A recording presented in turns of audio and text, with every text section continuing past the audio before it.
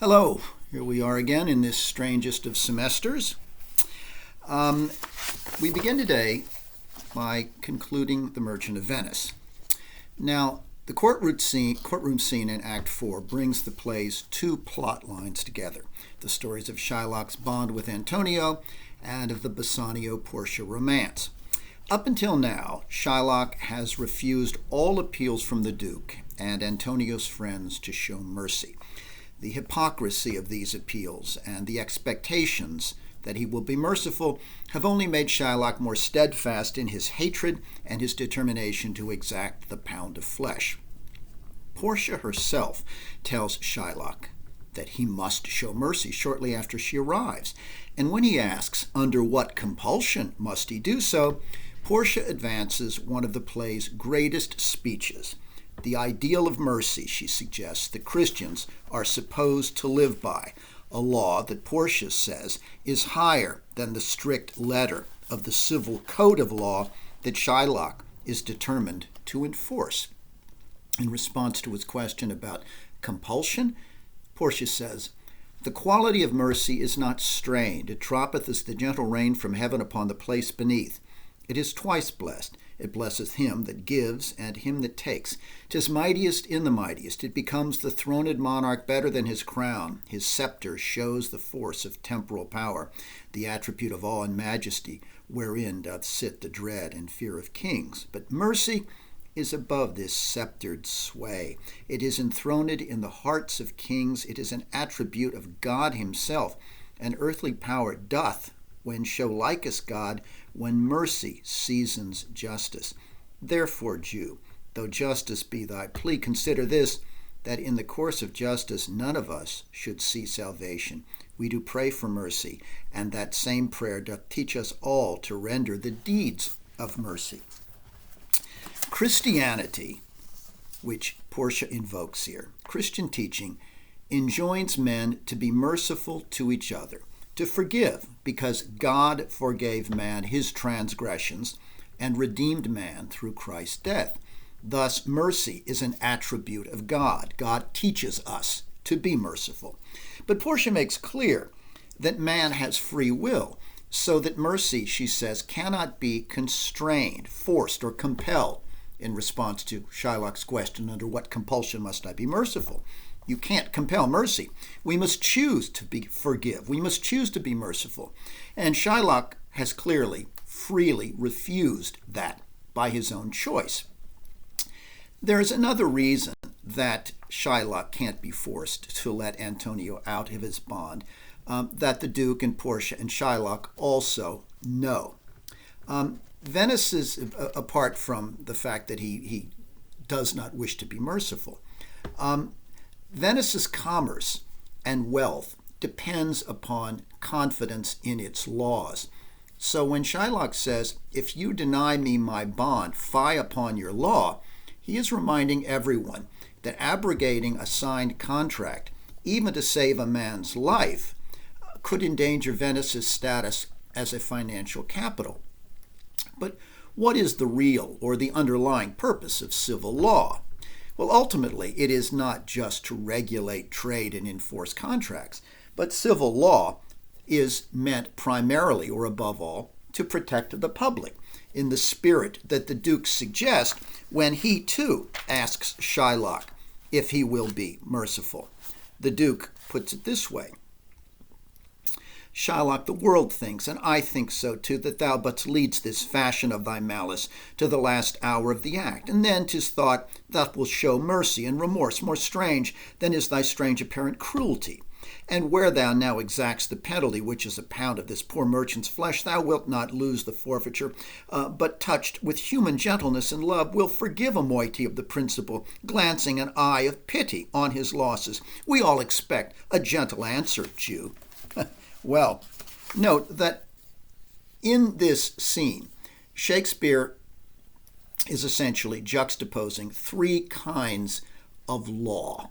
There is the letter versus the spirit of the law. The spirit of the law is what the Duke is invoking. The letter of the civil law is what Shylock is insisting upon. And then there is the Christian law of mercy that Portia invokes.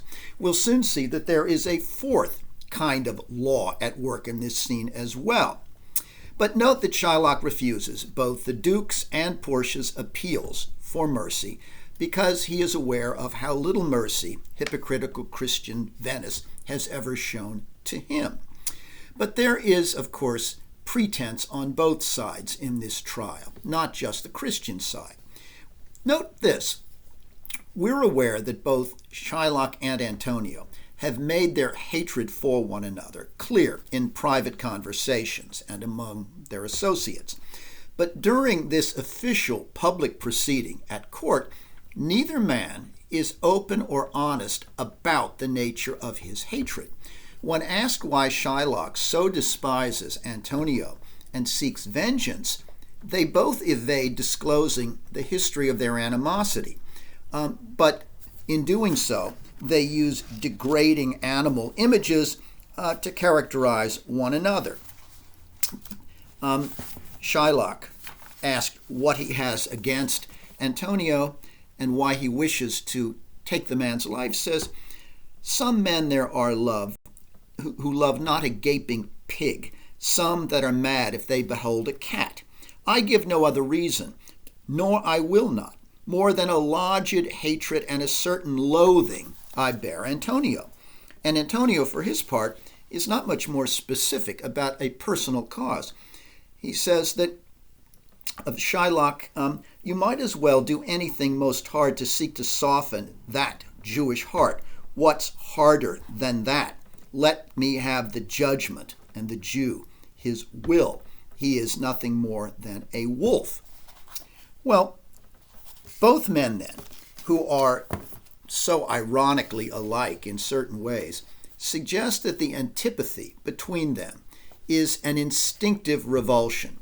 Shylock attributes his contempt for Antonio to a certain loathing, as one would feel for a kind of animal, like a pig, would naturally be inimical to the Jewish Shylock. And Antonio attributes Shylock's hatred for him to his animal nature as a predatory Jewish wolf. That's why he hates me, you see. Now, these slurs on both sides suppress the truth that we have already witnessed, specifically that Shylock hates Antonio because Antonio spat upon him and slandered him, and because by offering interest-free loans and bailing out Shylock's creditors, he weakened Shylock's business. And Antonio, we know, hates Shylock because he disapproves of those business practices so deeply.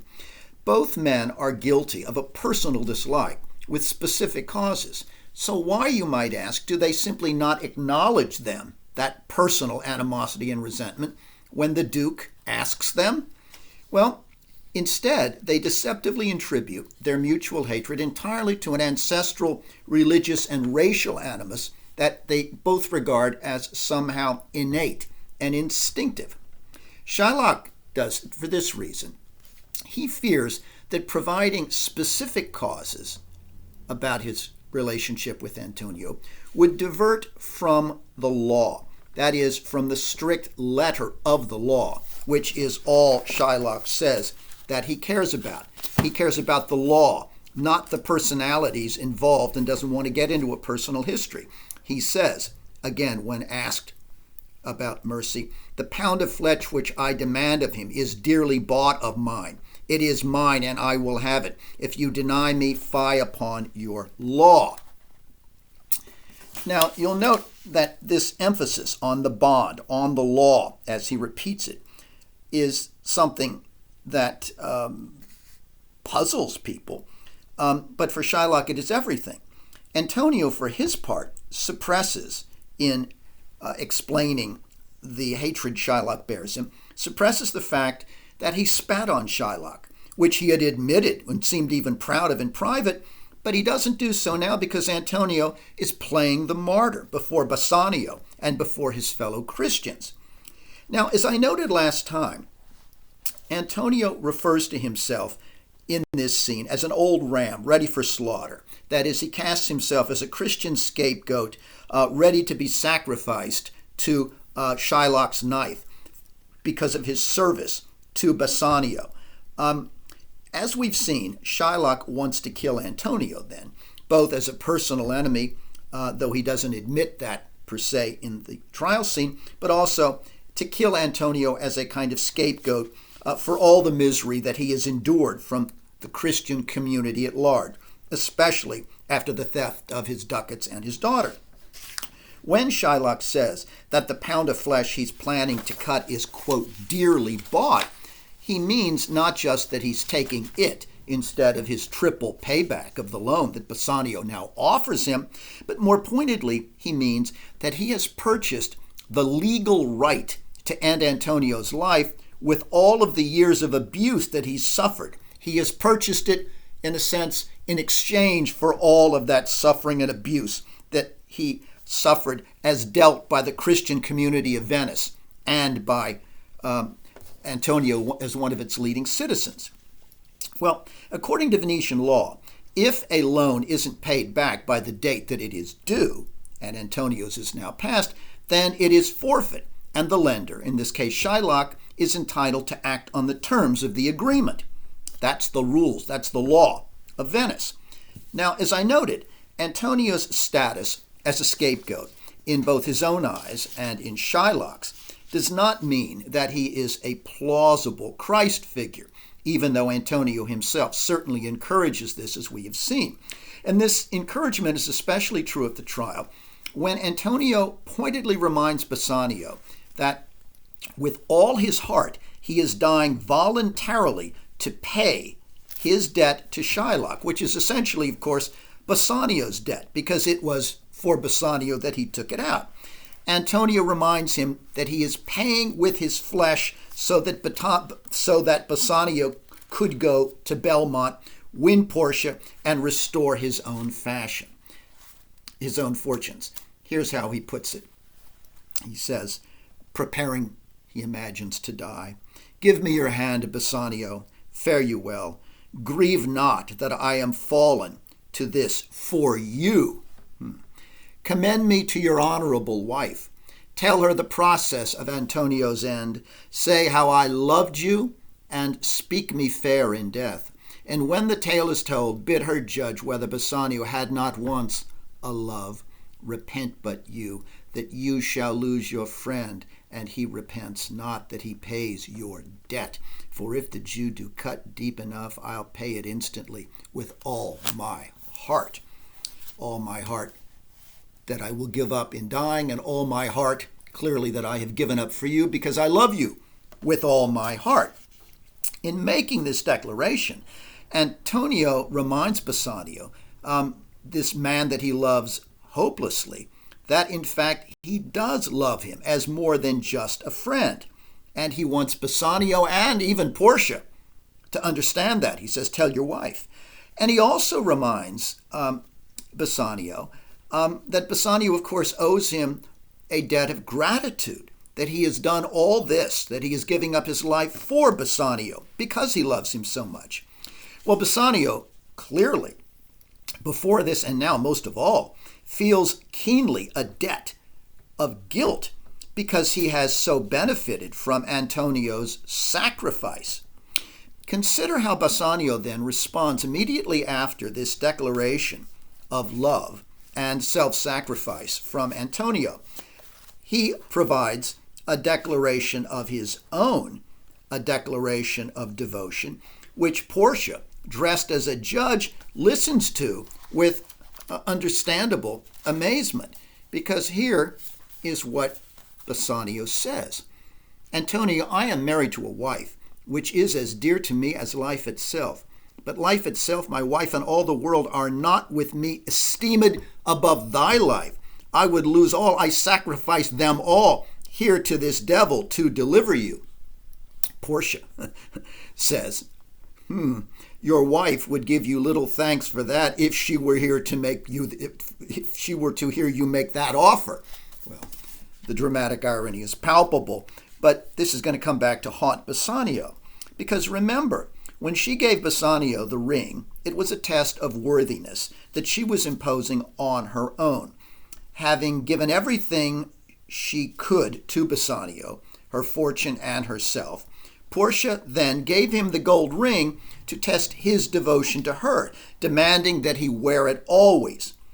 Now, we noted that she wants to exercise her own agency, her own will in doing so, but she also wants to ensure that having symbolically given and hazarded all by choosing the lead casket, for her, that despite that, Bassanio really is everything that gesture suggests. Well, the ring then is meant as a symbol of his unqualified love for her above all others. Portia told him, when she gave it to him, that if he lost it or gave it away, it meant that he no longer loved her above all things. Now, they've only been married a few days, remember, and the marriage has not yet even been consummated. So imagine then how Portia, dressed as a judge, feels at this moment of dramatic irony when she hears that Bassanio would sacrifice his wife if he could save Antonio's life. He'd give it all up just to keep Antonio alive. Well, Portia is about to save Antonio's life. But what is the effect of hearing Bassanio's guilt-induced declaration? Well, now Portia really wants to and really needs to put the ring's meaning to a test, because she has some reason now to doubt the depth of Bassanio's devotion to her above all things. It's not enough just to watch and see if he loses or gives away the ring. Now she wants to enforce the test actively, if also a bit deceptively, by trying to get it from him when she's in disguise. But before that concluding action in Act 4, we reach the play's dramatic climax. Faced with Shylock's absolute refusal of mercy and contempt for the very hypocritical idea of Christian mercy, which he regards both as dishonest and foolish, how, you might ask, given that refusal, can Portia save Antonio, both for the merchant's sake and for the sake of her new husband?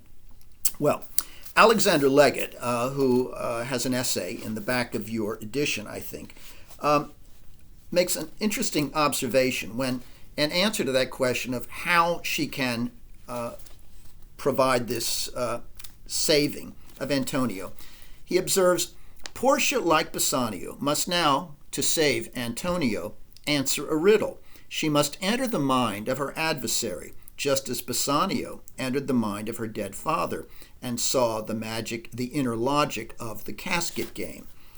What does that mean? Well, to enter Shylock's mind, her adversary here, is for Portia to understand that he is concerned with the importance of the letter of the civil law, to understand that that's what he is focusing on, but also to understand the importance of his oath to something else, his oath to the Old Testament God, okay, for enforcing an eye for an eye, a tooth for a tooth. Shylock mentions this solemn vow that he made to God twice, and I think we'll see here the fourth and final kind of law at work in the trial scene. The first time Shylock mentions it, he says in Act 4, "And by our holy Sabbath have I sworn to have the due and forfeit of my bond. If you deny it me, let the light fall upon your charter." Okay, he mentions, yes, the Charter of Venice would be corrupted, undermined, if you don't enforce its laws. But apart from the civil law, I have made a holy vow, sworn on the Sabbath to God, that I will not forfeit my bond. And again, he mentions this holy vow that he has made to the God of the Old Testament when he says, an oath, I have an oath in heaven. Shall I lay perjury upon my soul then by not following through on the oath? If I were to in any way free Antonio from his bond, it would be a breaking of my promise to God. Now this is, as I've suggested, the fourth kind of law operating in the courtroom, the Old Testament law. It's the antithesis both of the New Testament law of mercy that Portia had invoked, but it is also this eye for an eye Old Testament law, the antithesis of the protective spirit of the civil law that the Duke has been trying to get Shylock to recognize. Now, by understanding that Shylock values then these two approaches to law, the letter of the civil and the Old Testament law, by understanding that, Portia is able to turn these very values in Shylock against him by forcing him to abide by the exact letter of the law in cutting, and by threatening to punish him as he would punish Antonio, an eye for an eye, a tooth for a tooth, if he violates even the smallest particle of that law of taking just a pound of flesh. Now, I think the key to this realization on Portia's part comes when she asked if Shylock has arranged for a doctor to be on hand to attend Antonio after this cut into his chest. And Shylock, completely unmoved by this, responds this way. Portia, have by some surgeon, Shylock, on your charge to stop the wounds, lest he do bleed to death. Shylock, is it so nominated in the bond? Is that nominated? Is that part of the agreement? Portia says, well, it's not so expressed, but what of that? 'Twere good you do so much for charity. Again, Portia to Shylock, I cannot find it. 'Tis not in the bond. The word charity grates on him. It's too much like mercy. No, I want only the letter of the law, only what's nominated in the bond, only the legal contract. Now, note that the mention of blood, though, seems to come to Portia's mind in conjunction, then, with things that are not explicitly mentioned in the bond. Shylock's only wants things mentioned in the bond. When Portia refers to blood, that's not in the bond, but suddenly it seems to occur to Portia that, of course, if you're going to cut into a man's chest, there will be blood. If there's no blood mentioned in the contract, then Shylock has a problem. Thus, she applies the letter of the law and threatens to enforce it in its strictest sense against Shylock, to his dismay, hoisting him on his own petard, as it were. In short, enforcing the strict justice he claims he wants, exactly in the strictest sense, to his disadvantage.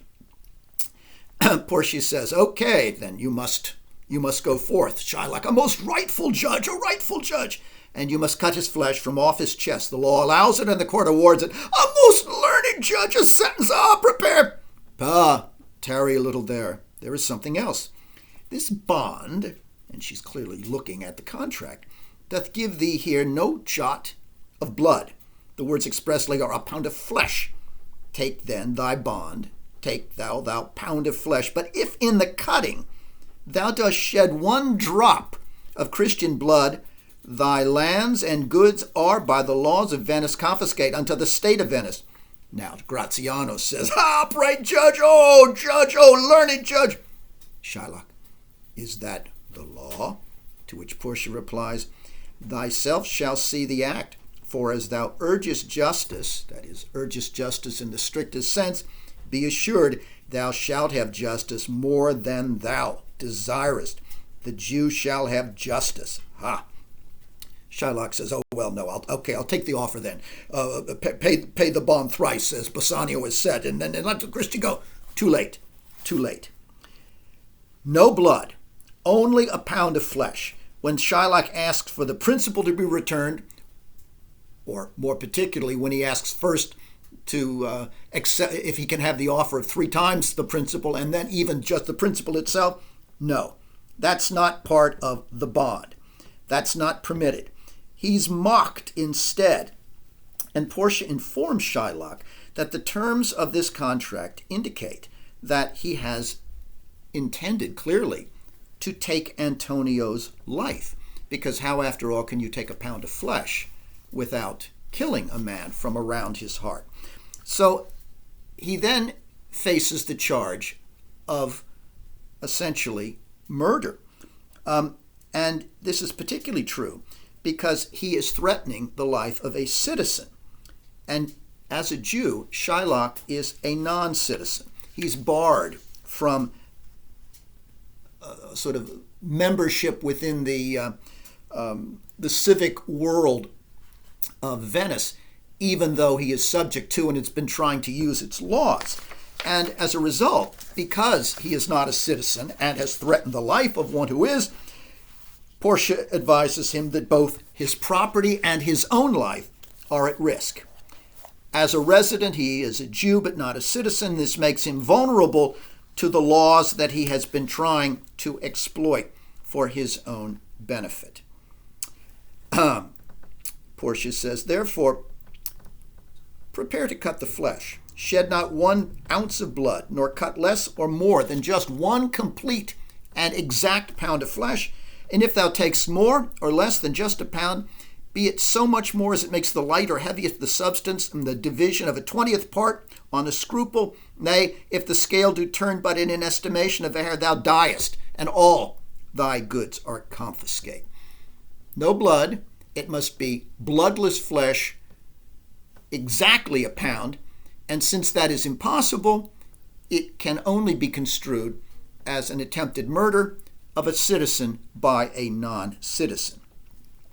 Now, this saving of Antonio is also, of course, not just a benefit to Antonio, but it is also meant as a form of punishment to Shylock. And one might argue that to a point, Shylock deserves that punishment according to his own belief system.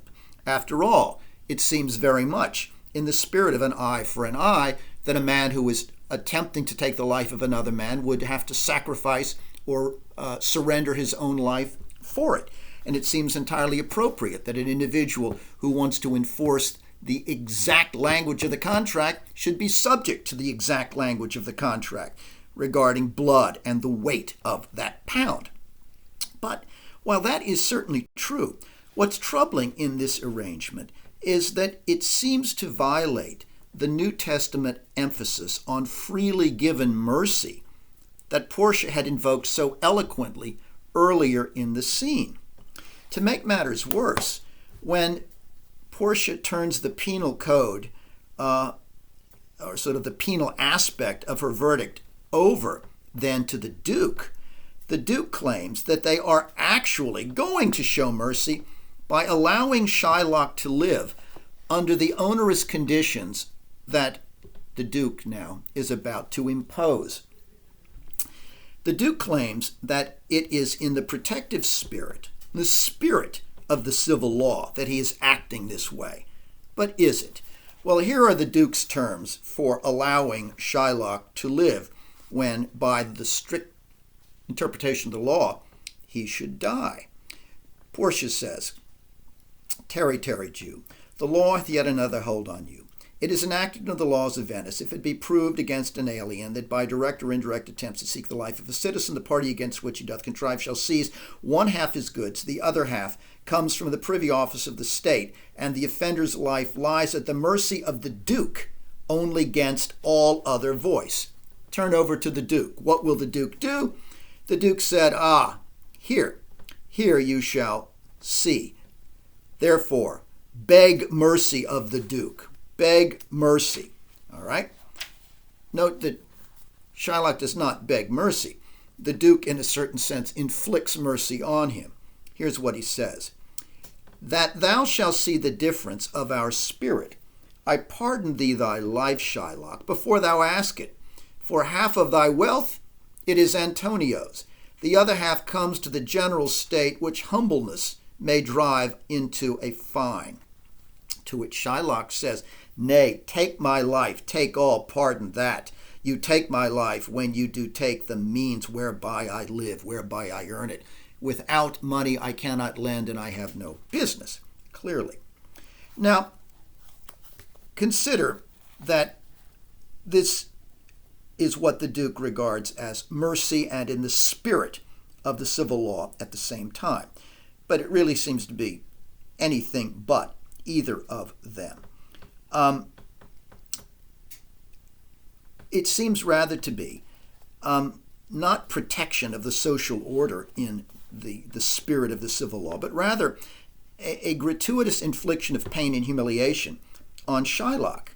And what Portia referred to as mercy is anything but true Christian mercy, regarded as mercy, is certainly not what we find here. What we see here is anything but true Christian mercy that has to be rooted in loving forgiveness.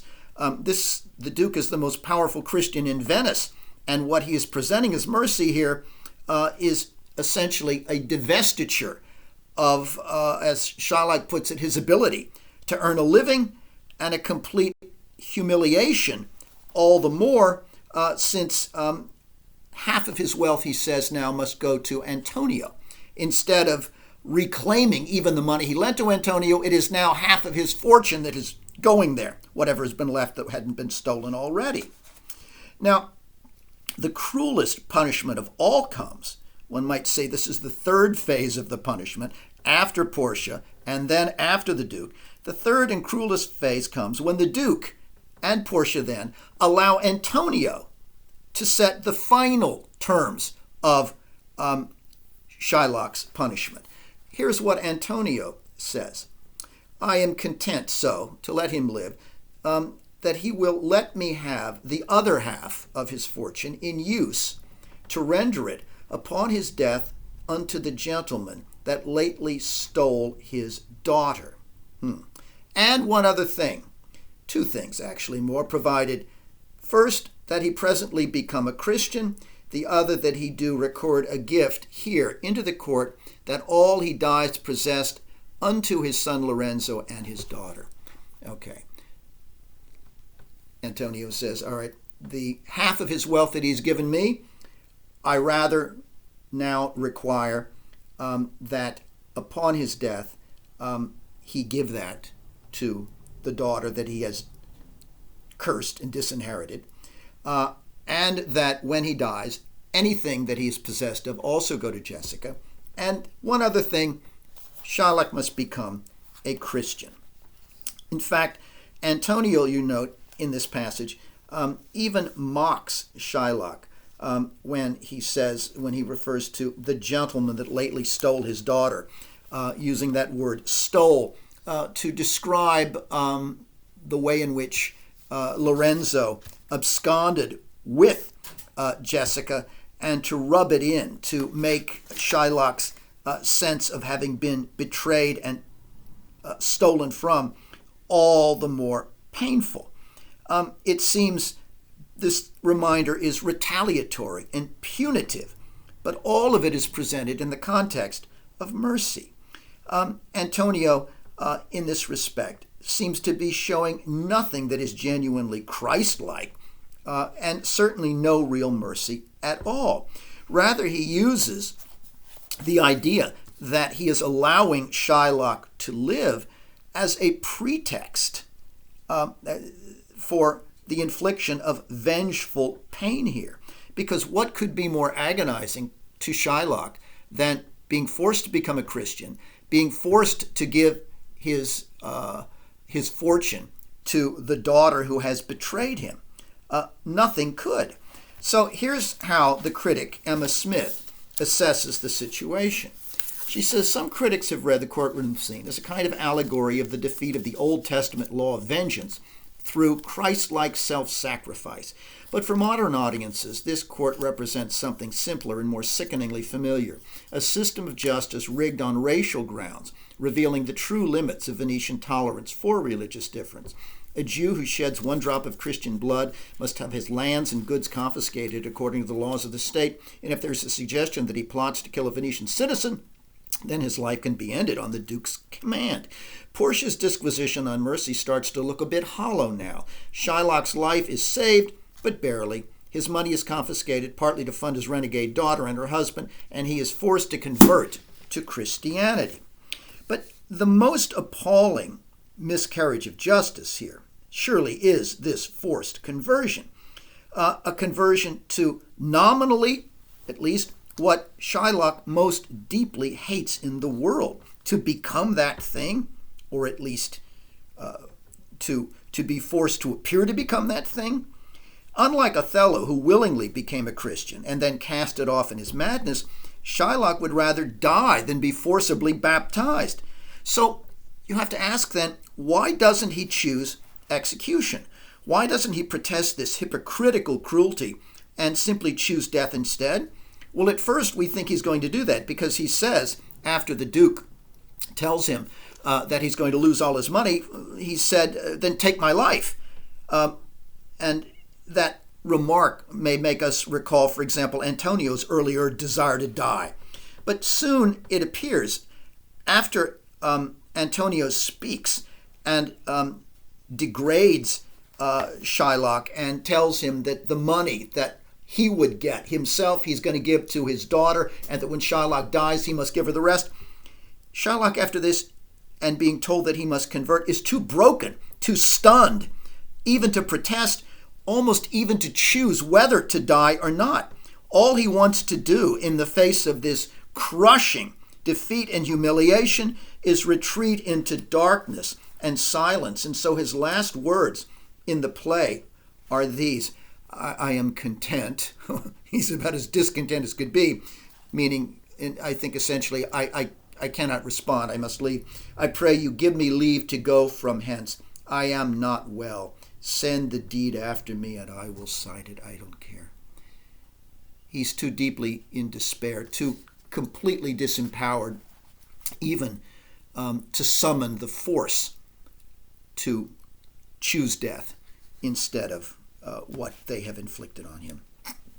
But I think maybe the most troubling aspect in all of this punishment, in Shylock's entire undoing here, is Portia's complicity in it. Not the complicity in saving Antonio's life. For that she's completely responsible and certainly to be credited. But in the punishment, Portia, after all, accedes to it, turns it over to the Duke, who then allows Antonio to have his will. This is Portia who initiates it. Portia, who in preaching to Shylock about the nature of mercy, remember, said the quality of mercy cannot be strained, cannot be forced. When it is freely given, mercy blesses both the giver and the recipient. Well, if we measure Shylock's forced conversion to Christianity against those words, the hypocrisy of Portia's complicity in this punishment is even more glaring. The so-called mercy of Christianization is forced upon him, and it is not freely accepted, and it blesses neither Shylock nor those who give it, which is to say those who impose it upon him. It's as if those very words of Portia's are now being turned into a lie. In fact, for some, it reinforces and seems to validate Shylock's belief that the rhetoric of Christian mercy is nothing but a lie. Well, this poses a problem. Is there then a moral center in this play if we view Portia as in some way involved in and guilty of Christian hypocrisy, guilty of a denial of the very principle of mercy that she had championed and seemed to represent? I don't think Shakespeare ever resolves this question in this deeply ambiguous and problematic play. Well, Act 4 concludes with the ring test, as Portia demands it of Bassanio as a reward for saving Antonio's life. And Antonio, of course, not knowing who she is, urges Bassanio to surrender the ring as a sign of Bassanio's loving gratitude for the preservation of his life. Now, this is fitting because at this point, Shakespeare briefly sets up Antonio and Portia as romantic rivals for Bassanio's love. You remember, Portia has already heard the declaration of love that Antonio gave in the courtroom. Now, as Portia attempts to get the ring in disguise, she said, "And for your love, I'll take this ring from you. Do not draw back your hand. I'll take no more. And in you love, shall not deny me this." Well, Bassanio says, "Oh, but it's the dearest thing. Please, let me give you anything else." All right. Portia would be pleased at this, except, unfortunately, after she has started to walk away, Antonio says, "My lord Bassanio, let him have the ring. Let his deservings and my love withal be valued against your wife's commandment." Bassanio, "Okay, go, overtake him and give him this ring," he tells Gratiano. Mistake. Essentially, Antonio is telling Bassanio, "Weigh my love for you and your indebtedness to me," that's what he means by my love withal, "against your love for and bond with your wife." That is to say, against your wife's commandment never to relinquish this ring. Well, happily, by the time Antonio gets to Belmont, He supports the marriage, as he had originally supported Bassanio's pursuing Portia, but not at this perilous moment when he persuades Bassanio to surrender the ring. Portia predicts that Bassanio and Graziano, when they get back to Belmont, are going to do a lot of swearing to justify giving away their rings. But she is certainly uneasy that her new husband has done so, even under duress, and even unknowingly by giving it to her in disguise. Portia has enjoyed, up until now, the performance of masculinity, the power and the authority, including, I think pretty clearly, the power and authority to coerce this ring. But now she must return home, and she must be a woman again. Before she arrives, Shakespeare gives us a troubling exchange between Jessica and Lorenzo, who are still at Belmont, an exchange that casts serious doubt on the future of a relationship that began with betrayal and theft and disguise. Now, we find at the beginning of Act 5, in the moonlight, in what ought to be a moment of romantic delight, there's discontentment. Lorenzo says, "The moon shines bright, in such a night as this, when the sweet wind did gently kiss the trees, and they did make no noise in such a night. Troilus, methinks, mounted the Trojan walls, and sighed his soul toward the Grecian tents, where Cressid lay that night." To which Jessica says, "In such a night did Thisbe fearfully o'ertrip the dew, and saw the lion's shadow ere himself, and ran away dismayed." To which Lorenzo says, citing another instance of love, "In such a night did Dido, with a willow in her hand, upon the wild sea banks, and waft her love to come again to Carthage." And then Lorenzo says, "In such a night did Jessica steal from the wealthy Jew, and with unthrift love did run from Venice as far as Belmont." To which Jessica then says, "In such a night did young Lorenzo swear he loved her well, stealing her soul in many vows of fault, and that with many vows of faith, and ne'er a true one." How much of this is playful lovers' banter, and how much of this is an expression of underlying discontent? Well, they're speaking, at the beginning, in the moonlight, of failed love relationships. Dido was abandoned by Aeneas and died, sacrificed herself on a pyre, incinerated herself. Cressida, in ancient Troy, betrayed Troilus by having an affair with another man. And Pyramus and Thisbe, well, their forbidden love ended in tragedy and double suicide. So this is an odd thing for a newlywed couple to be invoking in the moonlight. These two seem to doubt implicitly the depth of each other's love for them far more than Portia and Bassanio do, and with good reason, because they don't really seem to know each other very well.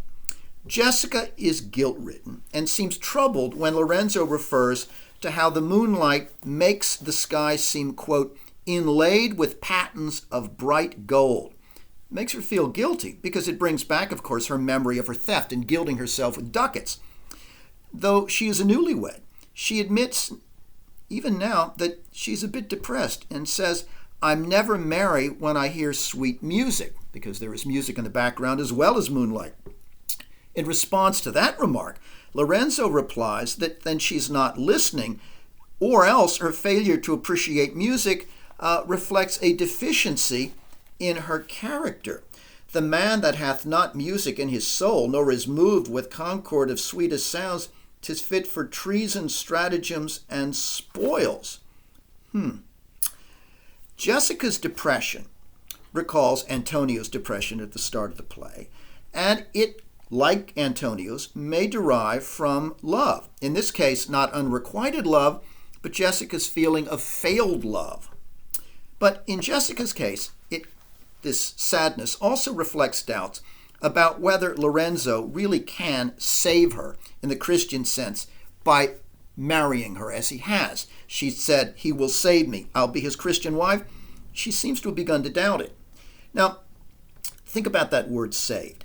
Antonio saved Bassanio by financing his trip to Belmont at the risk of his own life. Portia saved Antonio's life by turning the letter of the law against Shylock. But there is no reason to think that Jessica's marriage to Lorenzo will save her, as she had hoped, from her guilt or from her social marginalization as a Jew. While gender roles, as we've seen, may be a performance, gender may be constructed socially, religious identity, on the other hand, seems more deeply rooted, more intrinsic, more ineradicable. Shylock will always be a part of Jessica, and even though he disappears from the play in Act 4, his shadow falls over her, and for that matter, over the action and the relationship between Jessica and Lorenzo in the final act of the play, in Act 5. His shadow falls over her in the form of the guilt and sadness that she describes and exhibits. Now, in Shakespeare's other, more conventional romantic comedies, Act 5 is where happiness reigns. Marriages are celebrated and consummated, and the old social order that had been under threat is restored. But what happens when that old social order has been shown, as it is here, to be morally corrupt? Well, even away from Venice in Belmont, we nonetheless, knowing that, can't really forget the judgment that Shylock has received and the notable absence of mercy that he has had inflicted upon him under the guise of mercy. Nevertheless, unlike Jessica and Lorenzo, at least we can say Portia and Bassanio become reconciled, but only after Portia deservedly, justifiably tortures Bassanio by pretending to believe that he gave the ring not to a judge, but to a woman, which unknowingly, of course, and ironically, he actually did.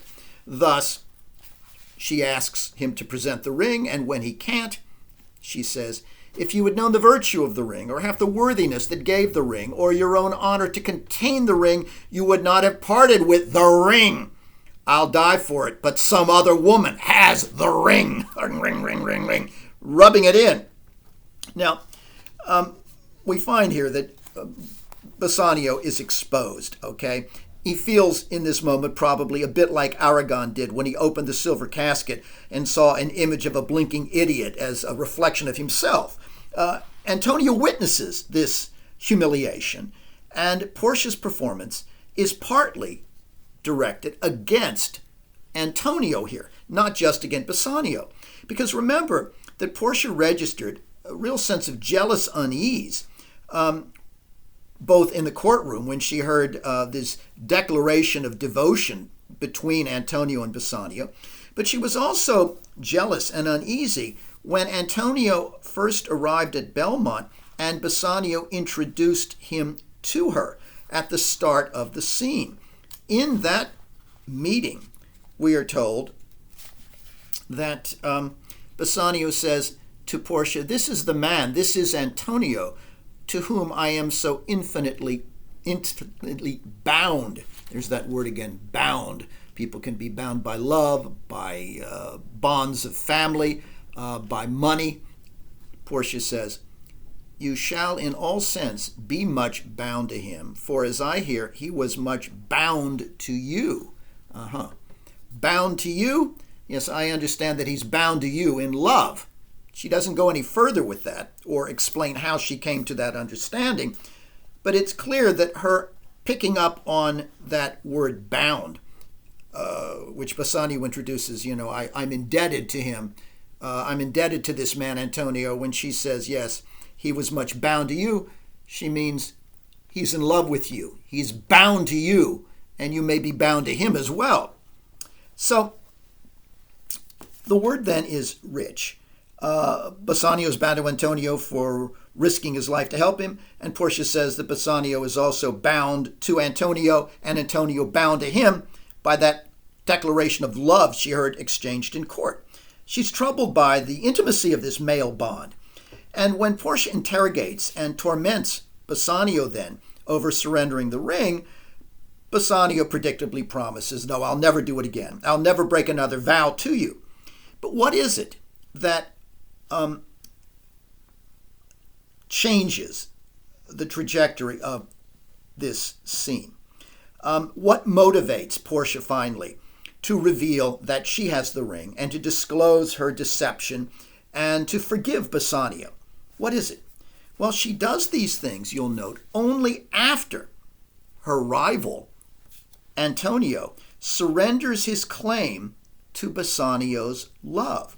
He pledges that Bassanio will never again betray Portia's trust as her husband, and that he pledges that his friend Bassanio will always love Portia above all else. It's a crucial moment because this is, of course, exactly what Portia needs and wants to hear from an individual that she has come to regard as her rival. When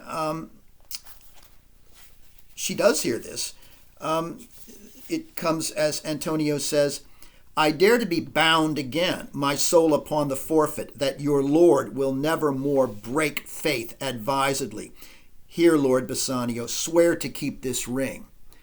Okay, now the word bond takes on a new meaning. The ring marks the bond, the marriage bond Antonio realizes between Portia and Bassanio, and he is now, Antonio, bound by an oath to support that, to in no way intervene in this relationship, but rather to suggest that I'll be bound. I will, under oath, promise that he'll never break that vow to you again, Portia.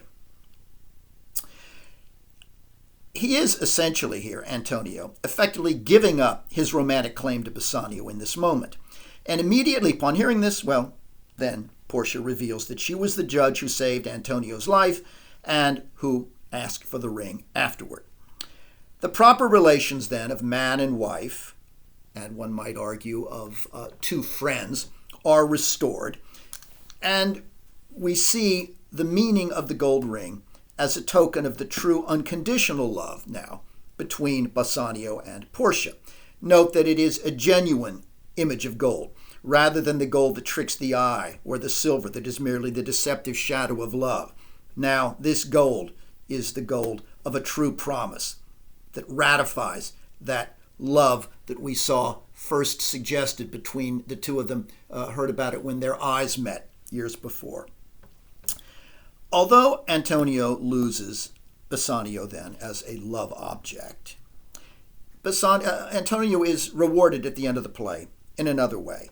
One might say as a kind of compensation within the play's structure. It happens suddenly as Antonio announces, "My ships are safely come home." I thought they were all lost, now they're all found. Well, does he really deserve this economic profit? Now Antonio is in a great position. Yes, he's lost, of course, it inevitably lost Bassanio when he went off to marry Portia, but now at least financially he has his own fortune back, as well as the command of Shylock's fortune. Bassanio, on the other hand, has the command of Portia's wealth, and Portia has the command of Bassanio.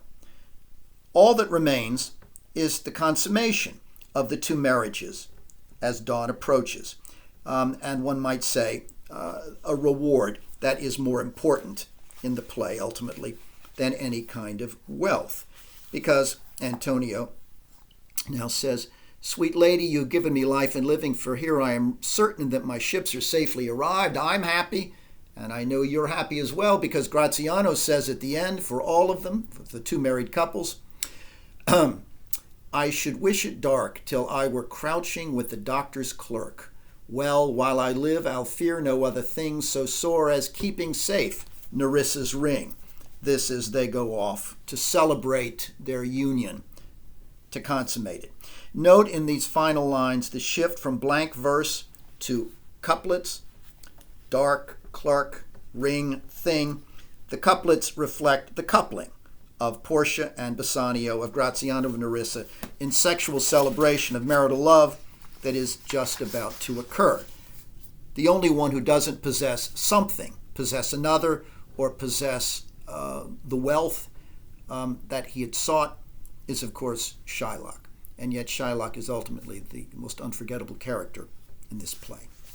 Okay, we move now to Molière. Racine's great French contemporary, Molière, is the premier comic dramatist of the 17th century France. His plays are so enduring that they continue to be produced all over the world today. Molière's real name was Jean-Baptiste Poquelin, but he chose Molière as a stage name first when he became an actor and continued it when he began writing plays. Then it became his nom de plume. Coming from a prosperous bourgeois family, Molière shocked that family when he left law school to become an actor because acting was regarded as rather disreputable. And so it is possible that he took the stage name Molière just to save his father embarrassment. His troupe, acting troupe, found very little success in Paris, so little, in fact, that Molière was imprisoned twice for debt. And when the troupe, however, began performing in the provinces, they met with greater favor. And it was there that Molière began writing plays. When he returned to Paris in 1658, he found the success that had earlier eluded him. And for 15 years, he devoted himself to writing and producing his own works, including enduring plays like School for Wives and The Misanthrope. Molière also continued to act in his own comedies, often playing the lead. These productions won Molière admirers, including the patronage of Louis XIV, the Sun King, who conferred on Molière's troupe the Troupe of the King on that acting company, much sought after. But the satirical wit of Molière's plays, often directed at avarice, deceit, hypocrisy within a familiar social world, that satirical wit also generated controversy and scandal and made Molière some very dangerous enemies. Sometimes the storms of outrage arose not just against Molière's art, but sometimes they went further and were directed against his character. Several of his comedies, in fact, had to be suspended for weeks because of the protests that they created. And in one case, this led to the closing of the theater where Molière was performing. Tartuffe, one of his greatest plays, is also the one that generated the most vitriolic protests after it was first performed at the court, Versailles, of Louis XIV. This satire of religious hypocrisy, Tartuffe, is specifically directed against the clergy, who line their own pockets and accumulate power, all under the pretense of holiness and sanctification. It indeed troubled those very individuals so much that it provoked a scandal that led to the cessation of performances of Tartuffe for 5 years. After this protest, for 5 years, Tartuffe could not be performed anywhere. The ban was motivated by the indignation, particularly of the Archbishop of Paris. It came from the top, because the Archbishop saw the play as subversive in its treatment of religion and persuaded Louis to censor it and stop all performances. The official decree against Tartuffe in 1664 states that a dramatist must show, quote, extreme delicacy in religious matters, which Tartuffe allegedly failed to do by showing, quote, the resemblance of vice and virtue and how they might be mistaken for one another. In short, the Archbishop claimed that the character Tartuffe's hypocritical performance of Christian piety could confuse audiences and might lead them to conclude that the play was mocking genuine piety and questioning genuine religious observance. Now, this is, of course, nonsense, but Molière eventually lost Louis XIV's favor as a result of this, and he was deeply hurt by that rejection, which came in 1672. In fact, it came at a time when Molière was suffering from a worsening lung ailment, which took his life at the age of 51. But in remarkably dramatic fashion, and with an irony characteristic of Molière's work, that's how he managed to die. Molière had just completed his last play, The Imaginary Invalid, about a hypochondriac named Argonne, a man who merely pretends to be ill, while Molière, the author, really was. While performing the role of Argonne, the lead role, on stage, Molière collapsed, hemorrhaging from his lungs in the middle of the play. He finished the performance, but died later that night. Well, Molière's influence on French drama and comic drama in general was revolutionary. He created what came to be called character comedy. And to do that, he drew upon stock characters from the earlier farcical comedies that arose in Italy in the late 16th century, which were known as commedia dell'arte, plays with plots driven, that were essentially plot driven and typically treated scheming lovers and cuckolded husbands, okay? Well, Molière retained some of the slapstick devices of this farcical theatrical tradition, commedia dell'arte, but he transformed that tradition of comic farce in two ways.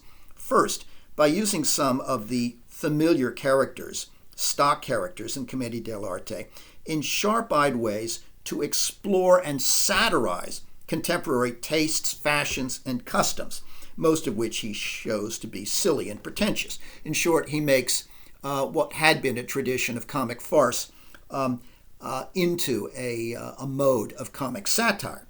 In short, he held a mirror up to French society, which, as you've seen, in some cases did not like what it saw. Second, Molière transformed the farce tradition by investing the stock characters of commedia dell'arte with something like psychological depth, not the kind of complexity we find in tragedy, but enough to individualize them and to suggest inner tensions within his characters that shifted the comic focus from the plot, which is what commedia dell'arte was all about, to character, okay? And this was absolutely revolutionary in comedy. Now, characterization, you might say, in comic drama, or in comic fiction for that matter, always is going to require some degree of simplification, some element of caricature that we don't find in tragedy. But Molière's triumph was to make his audiences laugh at figures like Orgon in Tartuffe, while also making us question those characters' inner desires and motivations, something you didn't get in earlier French comedy or in commedia dell'arte. After all, we have to ask ourselves in this play, what is it that makes Orgon so blind to Tartuffe's performance of piety? What inner needs lead Orgon to accept this fraudulent individual and insist on his own righteousness? Well, like many of Molière's most memorable characters, Orgon is a man who takes things to extremes. In this case, takes religious obsession to an extreme. The titles alone of some of Molière's other plays suggest this kind of extremity. The miser who hoards money, the misanthrope who hates mankind, both indicate specific, exaggerated impulses that govern the protagonist's life. Now, Tartuffe is also typical of Molière's great plays in another way, not just a kind of obsessive, exaggerated impulse, but also in that it reflects Molière's fascination with egotism and duplicity as central human vices. Many of his characters throughout his career are egotists who compulsively pursue their own interests and gratification to satisfy their own appetites. And this is certainly true of Tartuffe. And in the pursuit of this gratification, very often in Molière's comedies, these characters, these egocentric characters, adopt masks or play false roles. None of them do this more egregiously or selfishly or ingeniously than Tartuffe. We hear about Tartuffe in the first two acts of the play before we ever see him. There's a delay.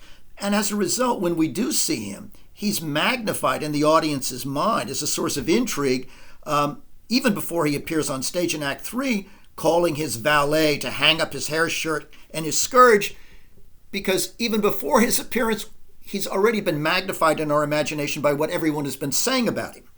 Finally, it's important to realize that, like Shakespeare and Racine, Molière is writing his plays in verse. They are poetry.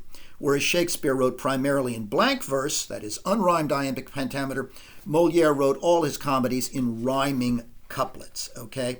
And most translations of his work render the dialogue in prose. But again, keep in mind that it was actually written in verse. Okay. Now, before we turn to Act 1, consider some lines from Molière's famous preface to Tartuffe, which in many ways offers his most illuminating description of his approach to comedy. and then I want to follow that with some other approaches to comic satire that follow. All right?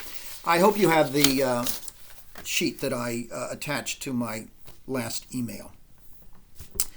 Molière writes this preface to Tartuffe after the play had already premiered and caused controversy and been shut down. It is his defense. He points out that here's a comedy about which people have raised quite a stir, and he refers to the people who have, of course, objected to it this way. These hypocrites could not take mockery. They were immediately affrighted and found it strange that I should be so bold as to make sport of their grimacing and wish to criticize an occupation meddled in by so many honest folk. In short, their words, Tartuffe is a play that offends religion. Essentially what he's suggesting is that the individuals who objected so strenuously to this play, members of the clergy, including the Archbishop of Paris, essentially revealed themselves as the appropriate targets of his satire, as hypocrites, through the very force of their protest, by so being immediately affrighted. They were affrighted because they recognized themselves. They could not take the mockery. They didn't like the exposure. Thus, they insisted that it offended all of religion, when in fact it is not an attack on religion, but on false piety. He observes then that he has made this distinction between the satire of religious hypocrisy and true piety very clear in the play. That is what obliges me to defend myself. I've put all the art and all the care possible in the play to distinguish between the character who is the hypocrite, that is Tartuffe, and the one Cléante who is truly devout. I enhance the character of the truly upright man by placing him next to Tartuffe as a foil constantly. It could not be more obvious. Well, obvious only if you're not threatened, and obviously if you, in some ways, don't see yourself targeted. If you do, then you simply refuse to acknowledge that obvious distinction in the play and simply want the play to close. But perhaps the most important passage in the preface that Molière wrote after the play is this. He says, "It is the mission of comedy to correct men's vices. I fail to see why some should be privileged. The theater is a great force of correction.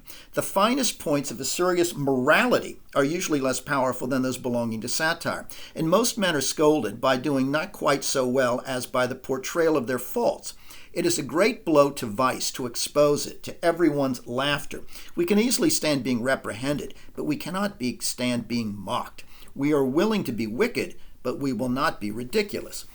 Note, the moral function of comic satire is that it is a great force of correction, okay? That it can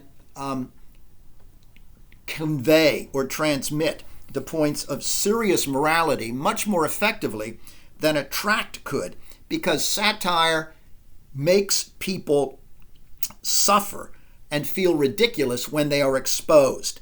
And no one wants to identify with those individuals when they see the play or read the play. Thus, the idea that underlying the comedy, underlying the satiric thrust at religious hypocrisy in this play is a fundamental moral aim. It's crucial, okay? The idea then that mockery and humiliation of individuals who are corrupt and dishonest is essentially an ethical impulse. That's what justifies the mockery, the correction, the moral correction of man's vices, because no one, on seeing them displayed and laughing at them, would ever want to emulate them. All right, now, the idea that comedy, and satire in particular, have an ethical intent is not unique to Molière, but it is perhaps most eloquently expressed in that passage, and it is, I think, truer in Molière than virtually any other comic dramatist I can think of. Consider this very different approach to what satire does. This comes from the critic Peter Berger, writing in the 1980s in a book called Redeeming Laughter. Broadly put, Berger writes, satire is the deliberate use of the comic for purposes of attack. If it is thus broadly defined, satire is present in almost all forms of comic expression. Most often the attack is directed against institutions and their representatives, notably political or religious ones. It may be directed against an entire social group or culture, say against the bourgeoisie and its mores. But benevolent satire is an oxymoron. In ancient Greek satire, the object of invective is ridiculed, but the effect of this originally went far beyond mere social embarrassment, attaining to the destructive power of black magic. In a sense, satire then is always a curse, and its effects on targeted individuals can be very destructive indeed. Dictators have very good reasons to suppress satire directed at them. Attack, object of invective, destructive power of black magic. Satire is a curse. There's nothing benevolent or morally improving in satire, Berger suggests. Thus, the aim of satire, as he sees it, tracing it all the way back to the ancient Greeks, is never the ethical improvement of man. It is rather a purely destructive aim. Attack, curse, invective, black magic. To destroy, through satire, your object, for no other reason than that. Okay. Then there is this approach to satire and comedy in general, but let us say comic satire in particular, from the French philosopher Henri Bergson, writing in 1900 in what is probably still the most influential theory of comedy ever penned, and one in which Bergson often alludes to the work of Molière. Bergson suggests that all comedy arises from a sense of mechanism, of inelasticity in character. The laughable element in comedy consists of a certain mechanical inelasticity in a character just where one would expect to find the wide-awake adaptability and living pliableness of a human being. The comic arises from mechanism encrusted on life.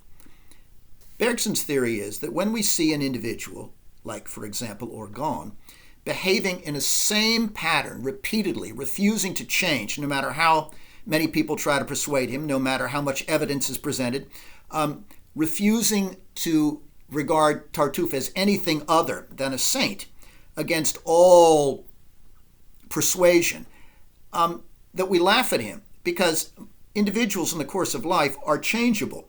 As new information and new impressions arise, we respond to them, or we're supposed to respond to them. But if an individual keeps on acting the same way, he or she looks like a machine. And our response to a human being who behaves like a machine, a kind of automaton, absent-mindedly and repetitively, is to laugh at them. As Bergson puts it, this comic effect gains intensity when we are able to connect these characteristics with some deep-seated cause of fundamental absent-mindedness. Only an absent-minded person would refuse to change or adjust under variable circumstances in the face of what seems to be evidence that should make them want to change. When they don't, they look absent-minded. They look absent-minded in the same way a mindless machine does. Now, here's the thing. While find abundant evidence of Bergsonian comedy of mechanism encrusted on life, of people behaving like mechanism, particularly in the case of Orgon, in Tartuffe. But why do we laugh? What is the function of our laughter when we see this behavior? Well, here we're going to see Bergson provides a position somewhere between Molière's suggestion that satire has a specific moral aim for the ethical improvement of the audience, on the one hand, and on the other, Berger's suggestion that satire is simply a form of attack, of destruction, for its own sake. Here's what Bergson says about the effect and function of laughter. Society will therefore be suspicious of all inelasticity of character, of mind and body, because it inclines to swerve from the common center round which society gravitates. In short, because that behavior is a sign of eccentricity. Society is confronted with something that makes it uneasy, mechanism, at very most a gesture. A gesture, therefore, will be society's reply. Laughter is that gesture. Laughter must be something of this kind, a sort of social gesture that corrects, okay? It's a social correction. It's not a moral correction, but neither is it simply our laughter, a cruel form of ratifying and endorsing satire as mere attack.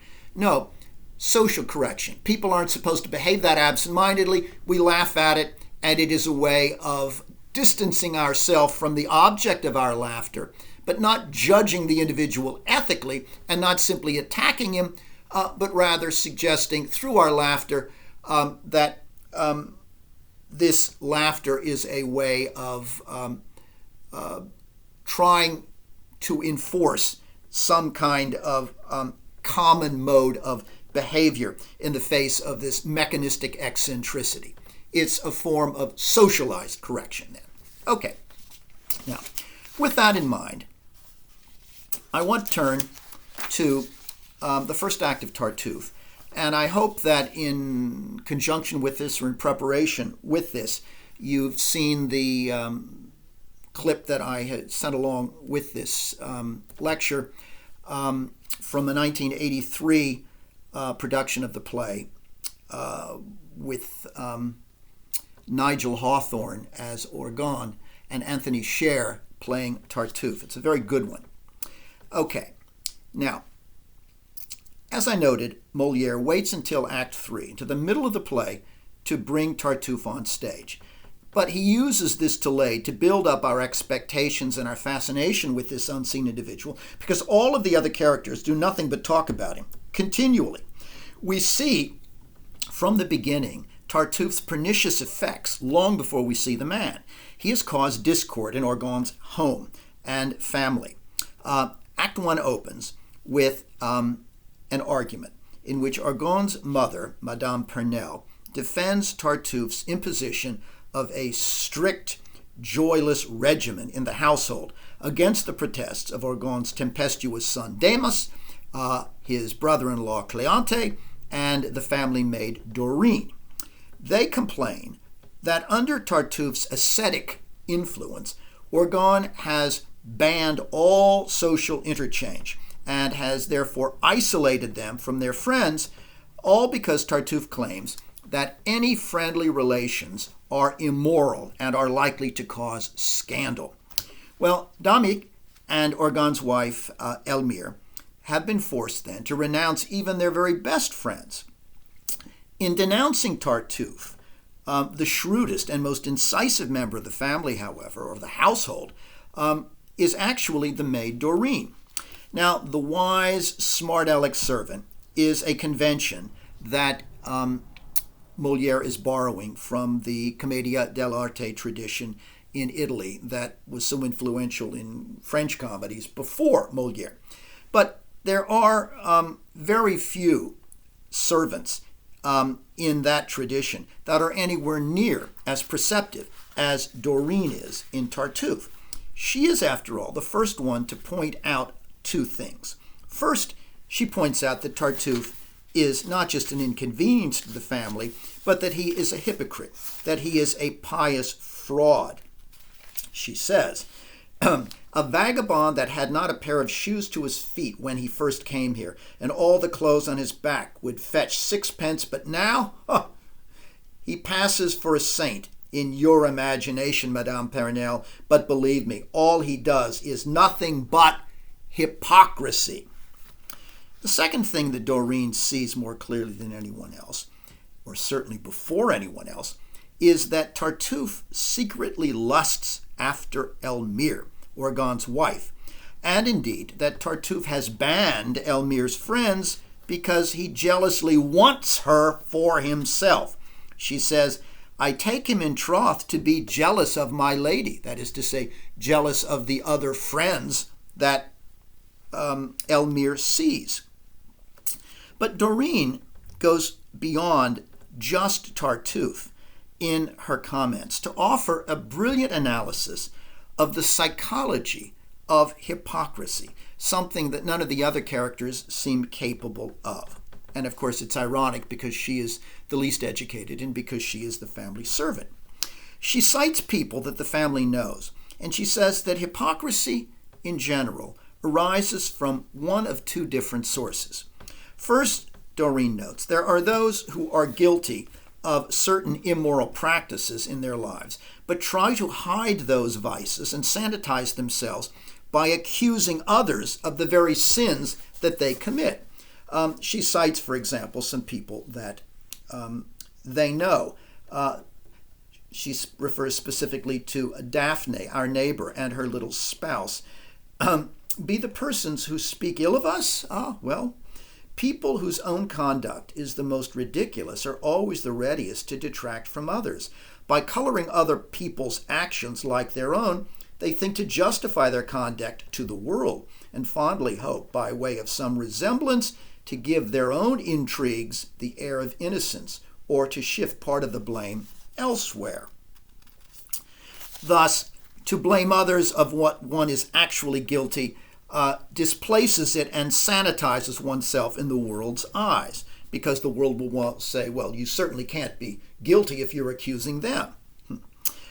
The second source of hypocrisy that Doreen notes concerns people like the aging Madame Orante, who condemns licentiousness in others precisely because she is too old to attract romantic attention or enjoy sex herself. So instead, individuals like this become hypothetical prudes, not out of a genuine sense of moral disdain, but rather out of envy that presents itself as a kind of moral judgment. Such individuals condemn the satisfactions that they are not capable of enjoying or can no longer practice, either because of their social position or because of their age. As Doreen puts it, unable to suffer that others should taste those pleasures they have no relish for, they condemn those who enjoy those pleasures, but they're hypocrites because they secretly long for those pleasures themselves. Now, if you think of it, Tartuffe fits both of these models of the psychology of hypocrisy. His extreme religious piety is a self-defense in that it hides his gluttony and lust and avarice, which he condemns in other people. And he is indeed envious of those who enjoy Elmire's company, including even her husband Orgon, his patron and greatest supporter, because he wants her himself.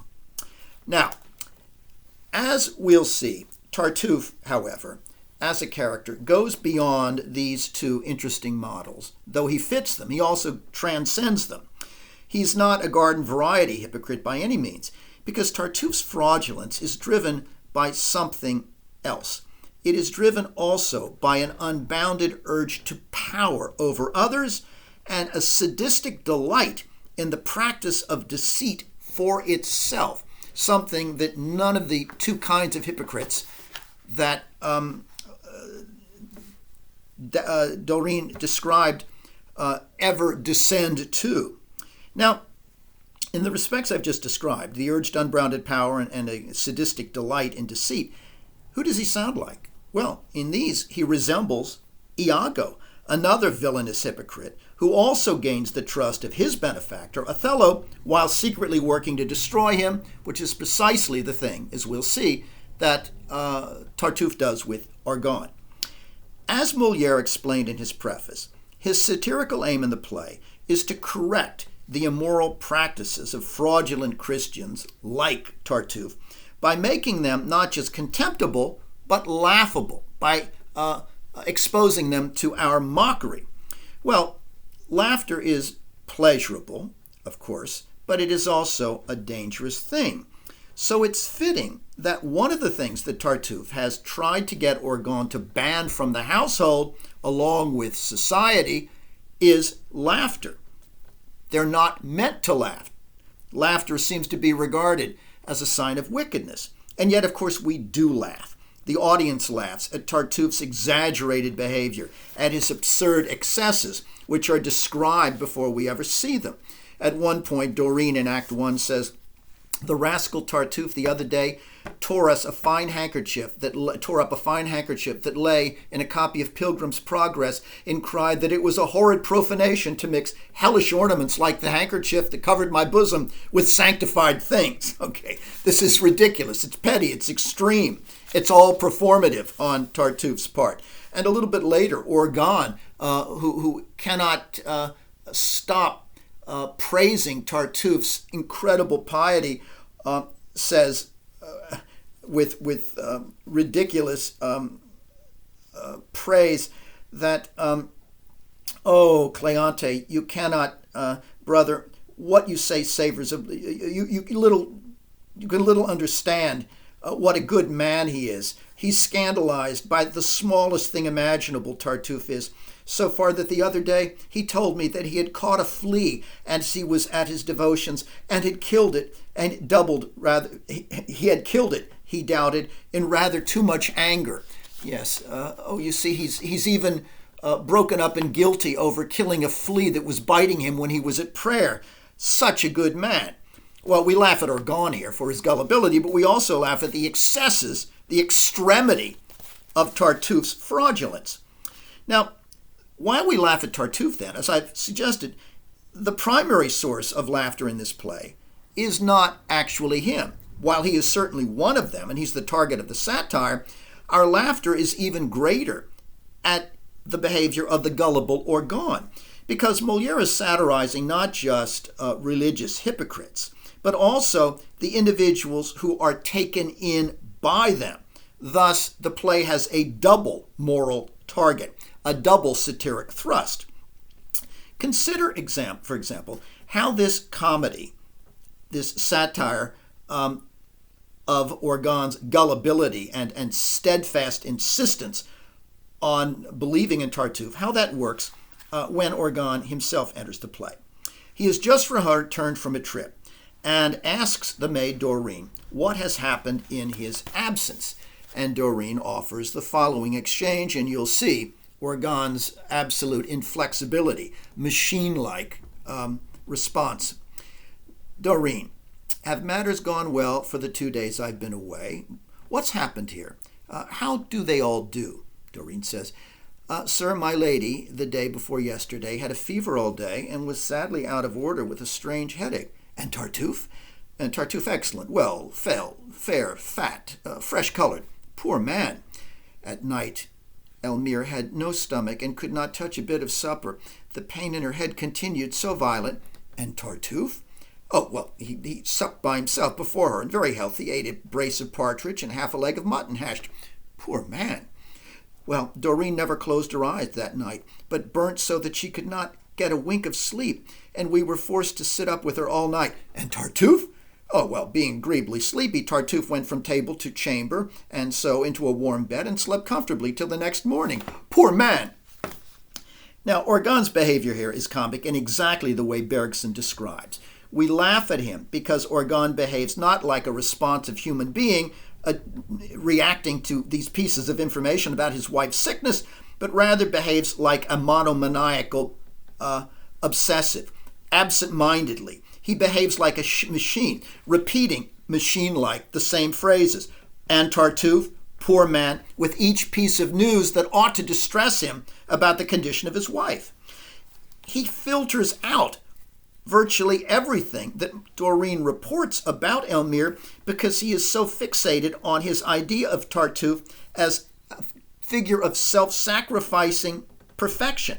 He will listen to and absorb and entertain nothing to the contrary. It's simply a matter of imperviousness that he has cultivated to the point that he's become inhuman. In fact, Orgon is so impervious to the tales of Elmire's illness and to the reports of Tartuffe's inconsistency, sleeping well and eating well the whole time, that he never asks himself how a man who preaches self-denial can in fact eat an entire brace of partridges and a mutton and a leg of mutton. There's the ordinary kind of juxtaposition of those pieces of information that would go on in the mind of anyone else don't in Orgon's, because he has, in a sense, brainwashed himself under Tartuffe's influence not to ask those questions or to see those inconsistencies. Put simply then, Orgon seems comic because he seems inhuman. He doesn't respond to changing circumstances and information fluidly.